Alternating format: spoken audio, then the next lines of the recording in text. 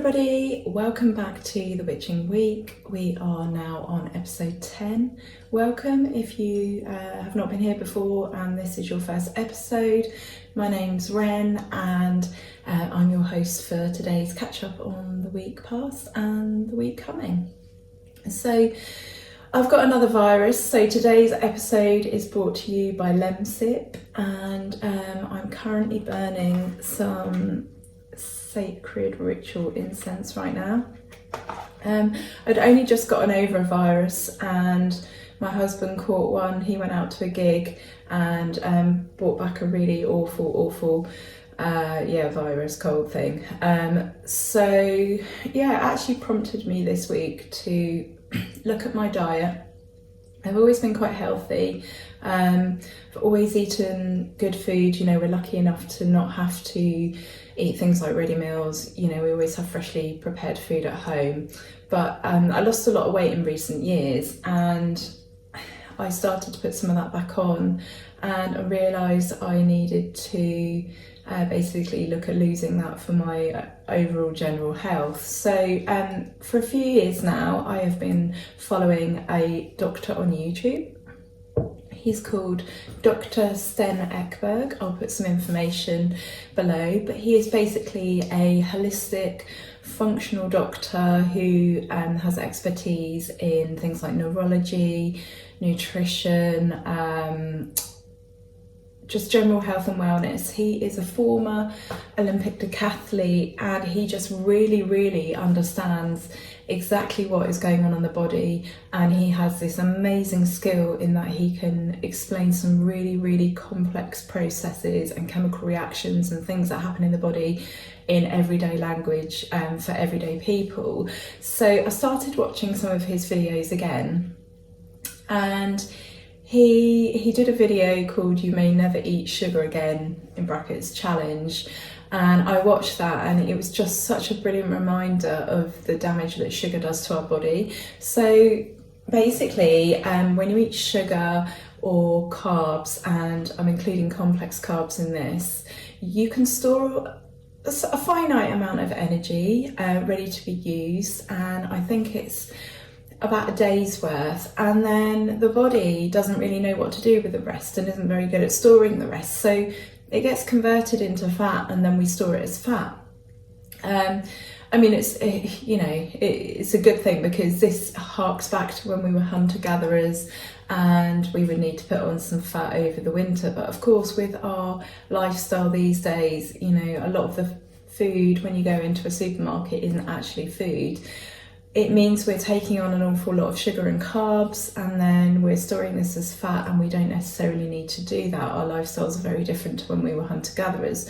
So this isn't about weight loss as in, you know, being, you know, looking a particular way. For me, I'm starting to struggle again with my joints because I'm carrying an extra bit of weight. When you have a lot of sugar, there is inflammation in the body, and I really don't need that with my joints the way they are.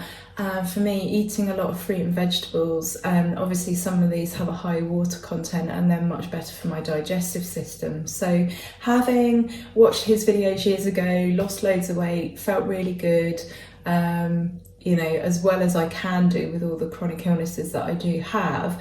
I'd started to, you know, slip, and my diet had slipped, and I was starting to eat, you know, a bit more, you know, when you're out and about or when you're not feeling well and you're in a rush, just reaching for sort of things that are convenient really. So I've started again. I am doing the 30-day challenge.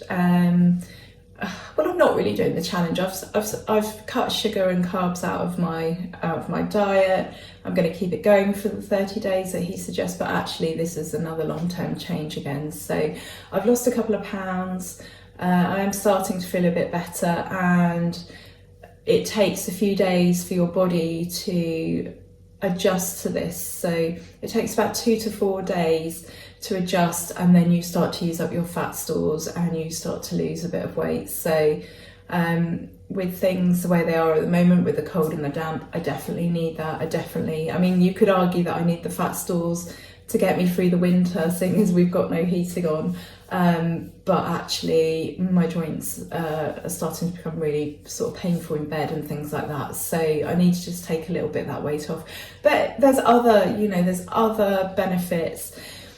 You know, when you don't have so much sugar, your brain can work a lot better. And as I'm somebody that obviously suffers with cognitive issues as a result of illness, I feel like I am in that sort of insulin resistant phase here. You know, the carbs that I do have and the sugar that I do have, not that I have loads of either of those, but there was room to cut them down a bit, and just need to knock myself out of that sort of insulin resistant phase so that my body can holistically work better.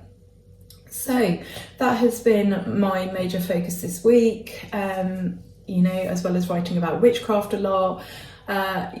My health is a full-time job really with the issues I have. So that's a totally non-witchcraft thing that's been going on for me this week. Love, as usual, to hear what you guys have been up to. Thank you so much to the people that have commented in the week about their plans for Samhain. If I've missed any comments, then I'm really sorry. I do try to get round to them all eventually. Every now and then I go through all the videos and have a look at the comments and see if I've missed any that have been put on old videos.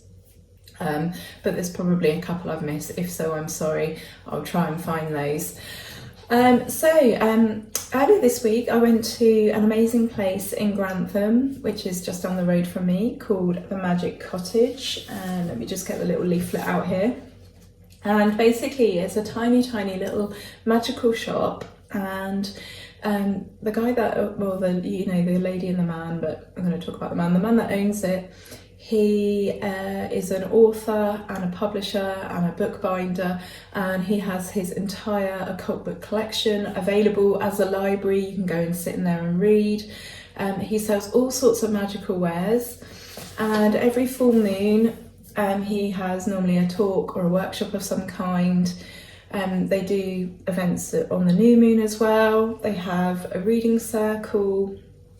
They have all sorts of stuff going on, and he has this wonderful shop with a range of crystals and magical items and magical decor and all sorts of things. And the best thing about it is it's a not-for-profit shop. So I think he makes enough money on his publishing business, you know, that company side of things, to be able to offer a not-for-profit shop. So his prices are absolutely amazing. And yeah, it's a really lovely place run by really lovely people. They're called Eamon and Wednesday. And I was lucky enough to go to a talk there, held by my friend Cassia. I've spoken about Cassia before. She was the lady that made the witch that I had a couple of episodes ago that she gave to me. And Cassia did a talk on Candomblé and Umbanda. So Cassia is Brazilian. She is an artist, ceramicist from Sao Paulo, and she is an initiate of Candomblé.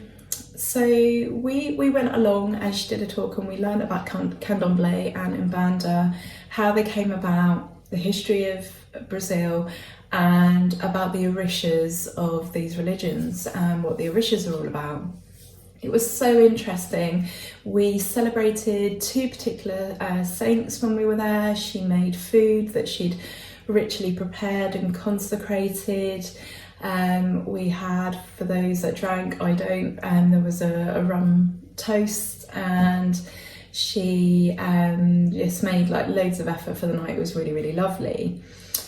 So many hundred years ago, the Portuguese invaded Brazil and they colonised it. And in that process, they killed lots of the native people, and they chose to bring people, slaves, over from West Africa to work on the plantations of Brazil. They deemed that the people of West Africa, sort of areas like the Congo, that sort of area, they deemed that those people were really strong, and they wanted those people working on the plantations and not the native indigenous people of Brazil.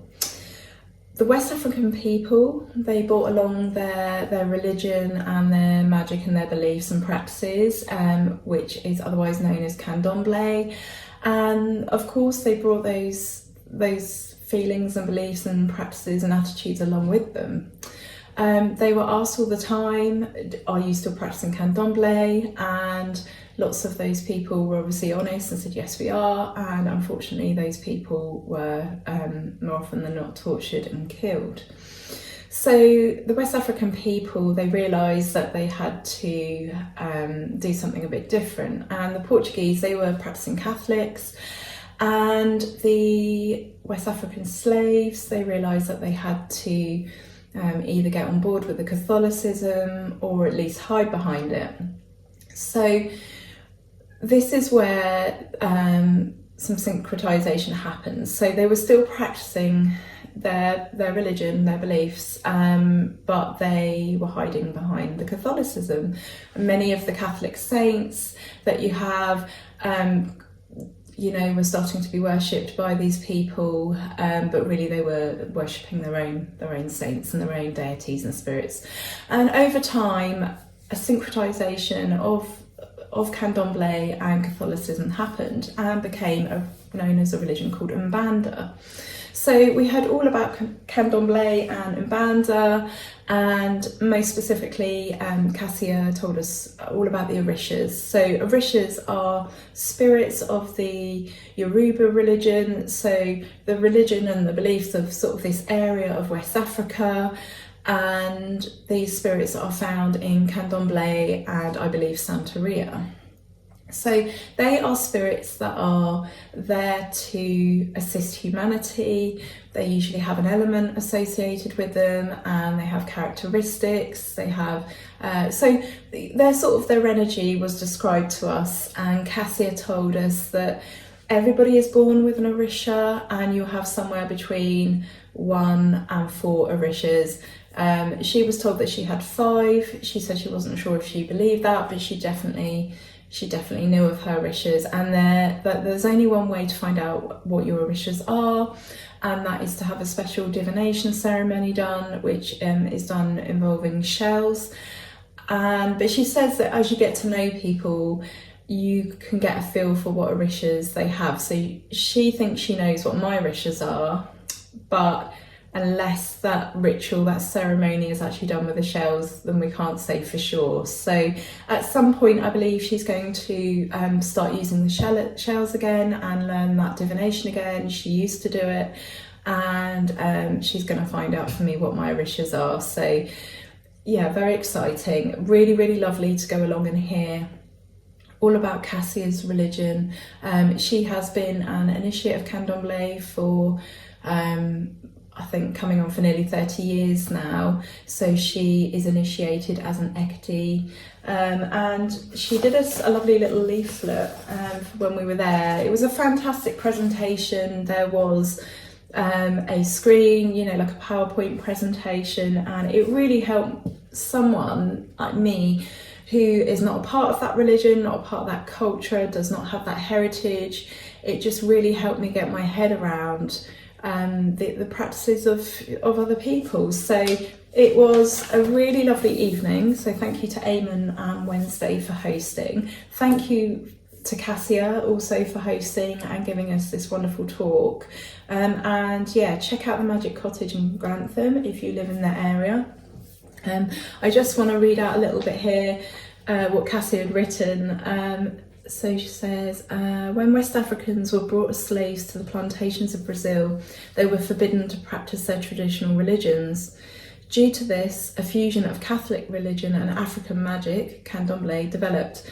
Later, this allowed the development of an accepted religion, fusing together the elements of Catholic saint worship and the religious practices of West Africa into something which is known as Umbanda. A central ritual involves practitioners drumming, singing and dancing to encourage an Orisha to possess one of their members. They believe that through this possessed individual, they can communicate directly with deity. So yeah, absolutely so fascinating. And I just have to say as well that the food that Cassia prepared was absolutely gorgeous. It was so nice. It was so nice. So that's been my week really. I'm going to make this one fairly short this week because, rather than me rattle on and I'm not feeling brilliant. a couple of things I wanted to say to you guys is that I'm still seeking questions for my Ask My Anything videos. So if there's anything you want to know about me as a practicing witch for over 26 years, or living on a cemetery, or just in general, then don't ask at the bottom. Send me a message. You can get me on Instagram, or you can email me on thecemeterywitch@yahoo.com. That's the_cemetery_witch@yahoo.com. And yeah, I'm also going to be doing a spooky stories episode. I'm not sure if I'm going to do this as an episode on its own, or include this in the Samhain, or the nearest to Samhain version of the Witching Week. But if you have any spooky stories that you would love to share, again, rather than putting them in comments, because I'm going to be resharing them, please feel free to message me those. So I'd absolutely love to hear your stories. That also might be a bit better for you as well, if you have got stories that you don't mind telling, but you don't want to be seen telling them, you want to be anonymous. So yeah, how are your plans coming on for Samhain? To be honest, I haven't even looked at the date. I think it's a Sunday, isn't it? And that will have a great influence on our plans. Let me have a look. It is a Sunday, I was right. I mean, we have traditions anyway. We have usually a sort of a set thing that we do that takes us pretty much throughout the afternoon and into the evening, and then if I'm well enough, I like to have a vigil overnight. But yeah, so let's pull some cards for the week ahead, shall we?